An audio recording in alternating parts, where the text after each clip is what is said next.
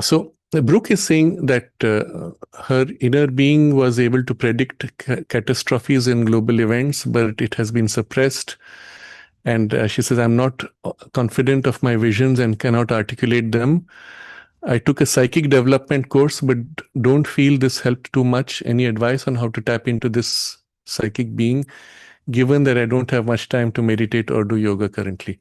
So this word psychic, we have to be a little careful. When Sri Aurobindo uses the word psychic being, it is the inmost soul within us, the true divine element within.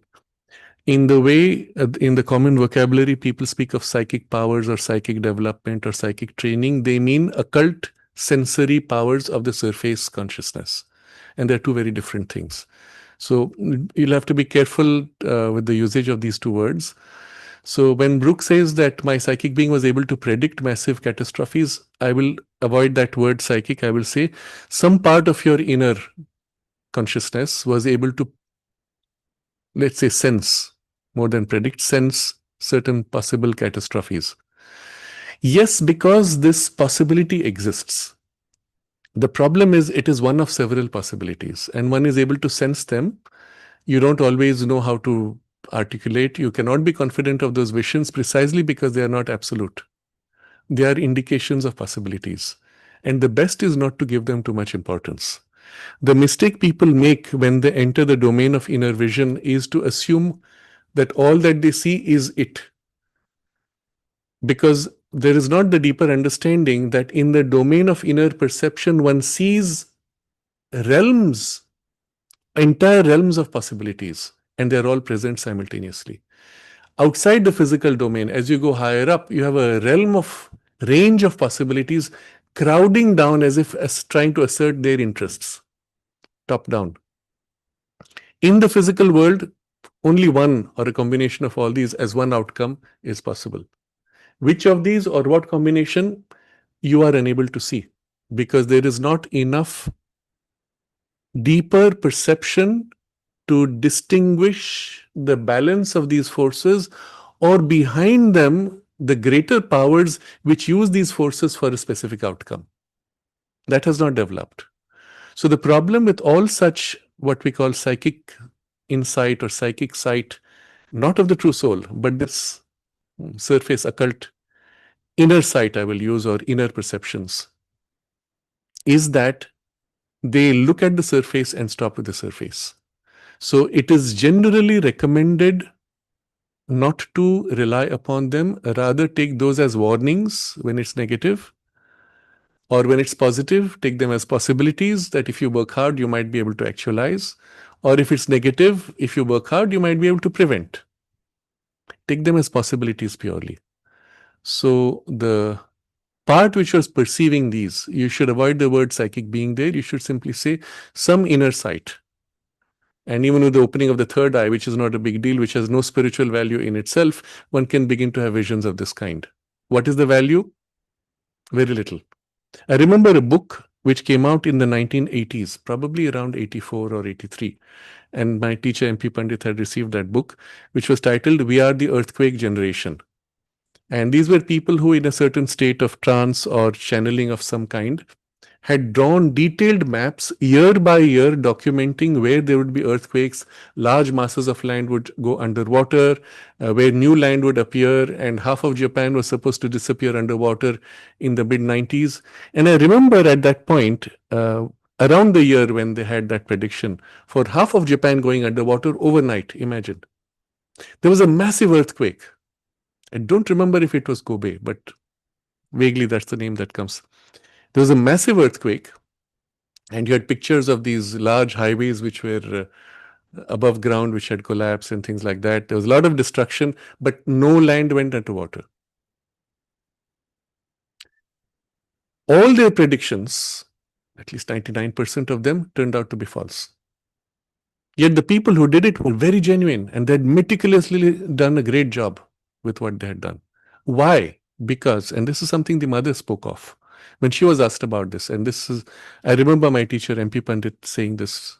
I don't know if it is in writing somewhere, but what the mother was asked about these predictions for great catastrophes, and the mother said, yes, It was true in the domain of possibilities, but she said, as a consequence of the supramental force having been brought down upon the earth in the physical world as of 1956, she said a large number of these catastrophes have either been drastically reduced or modified.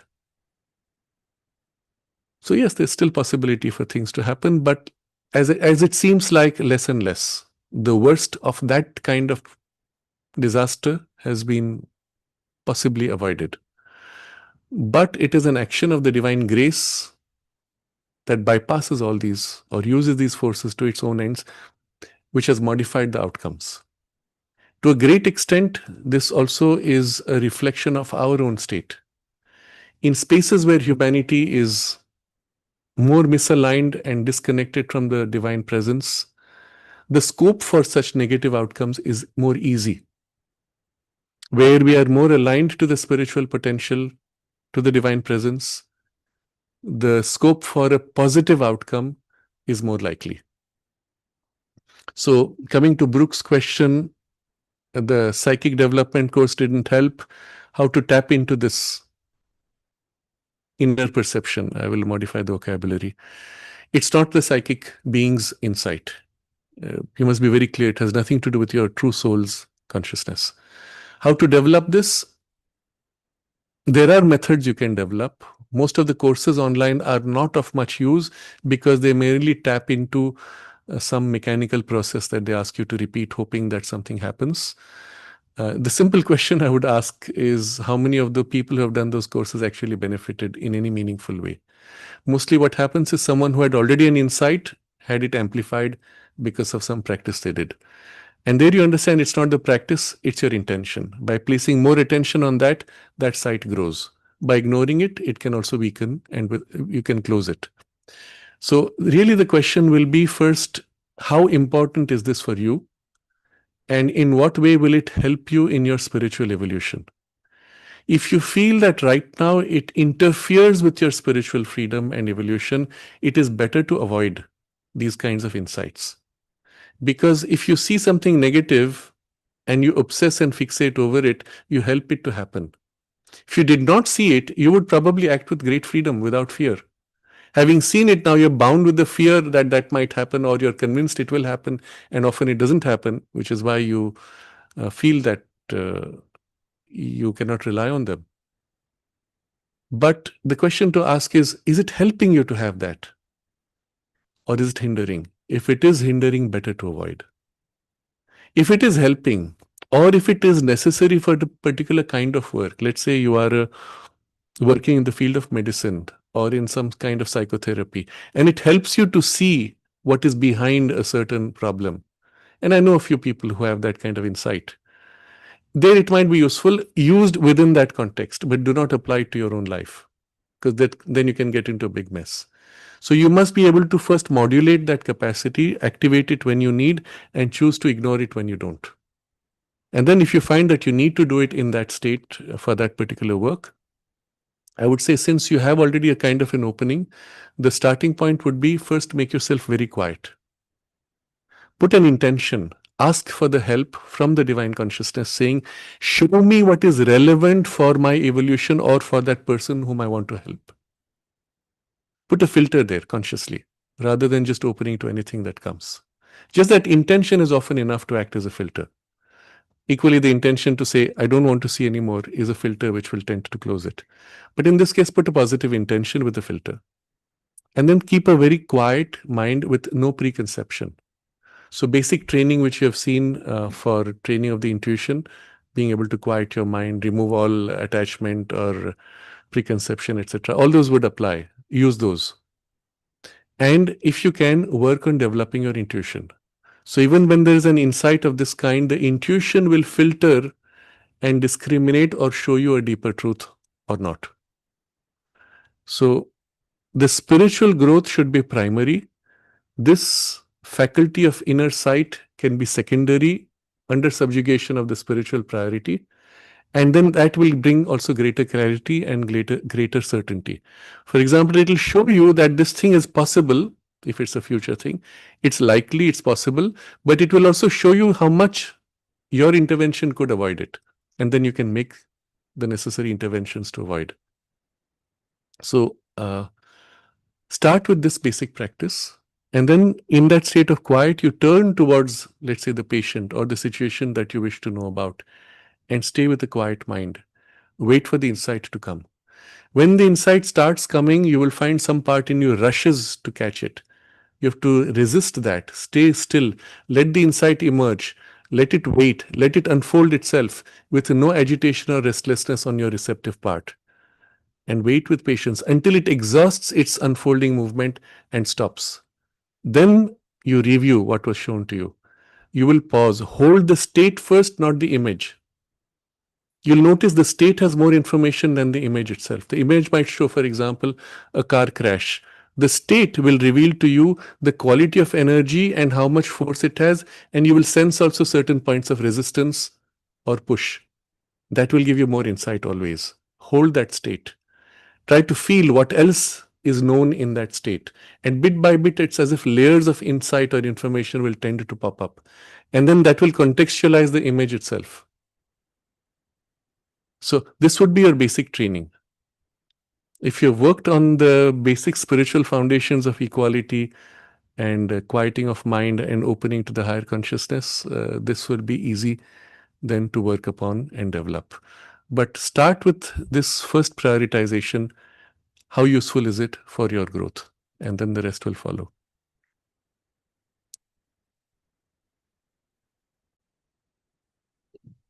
Okay, sorry. One last comment. Brooke is saying, are you saying that I made the catastrophic flood in North Carolina this year because I made it happen by foreseeing it and choosing to believe it? No, that's not what I'm saying. What I'm saying is when you perceive something like this, it is in the realm of possibilities.